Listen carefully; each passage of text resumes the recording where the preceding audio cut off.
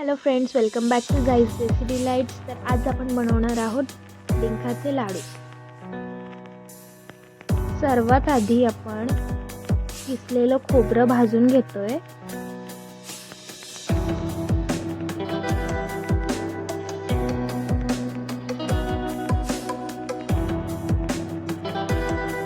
थोडंसं सोनेरी होईपर्यंत भाजून घ्यायचं आहे.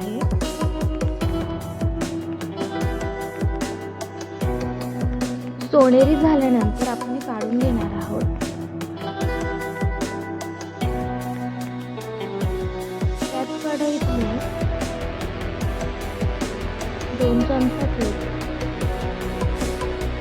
मी गाईचं तूप घेतलं आहे. त्यात मी पावशेर काजू तळून घेणार आहे.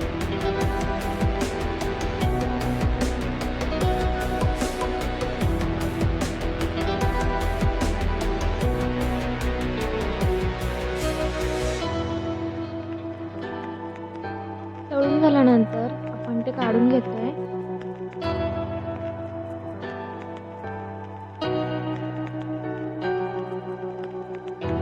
त्याच तुपात आपण डिंक भाजून घेतोय.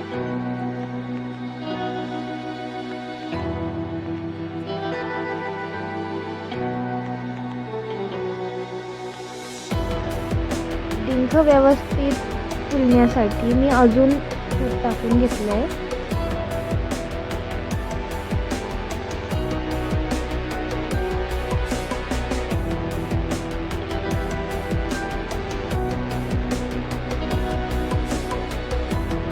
डिंक व्यवस्थित फुलल्यानंतर आता मी तो काढून घेतोय.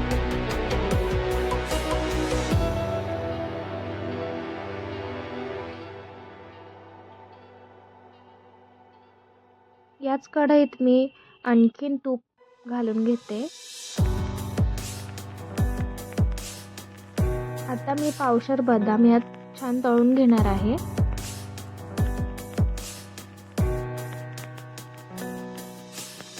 बदाम छान फुलल्यानंतर मी ते काढून घेते. याच तुपामध्ये मी खारीक पावडर भाजून घेणार आहे.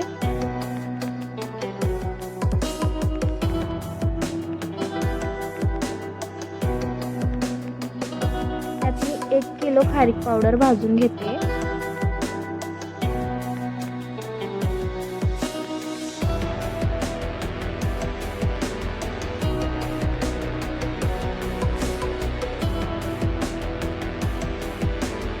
मी थोड्याशा तुपामध्ये मखाने भाजून घेते.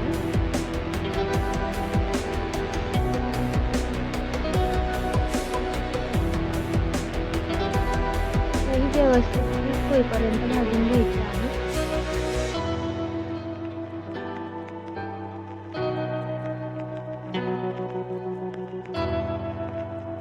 आता ते मी काढून थंड करून घेते व्यवस्थित. मिक्सरच्या भांड्यामध्ये काजू, बदाम,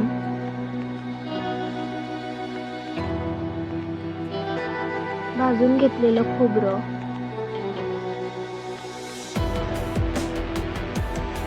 सर्व थोडं थोडं घेऊन मी त्याची पावडर करून घेते. खारीक पावडर, डिंक, मखाने बारीक करून घेतल्यानंतर ह्यात मी वरून गूळ पावडर टाकणार आहे.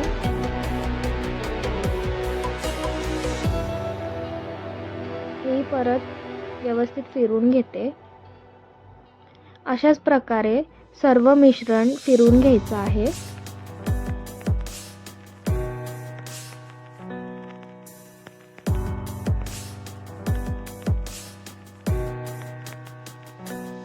यात मी बारीक केलेले पिस्ताचे काप घालून घेणार आहे.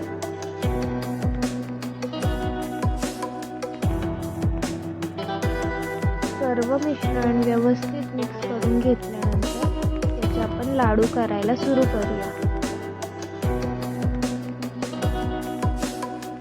तुम्ही बघू शकतात इथे आपण गुळाचा पाक न करता अगदी सोप्या पद्धतीने आपले लाडू वळले जाणार आहेत.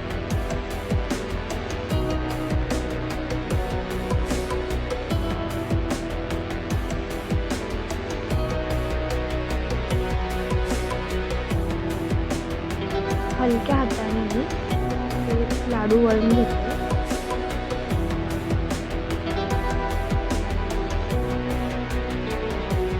तुम्हाला रेसिपी आवडली असेल तर मला कमेंट करून नक्की कळवा.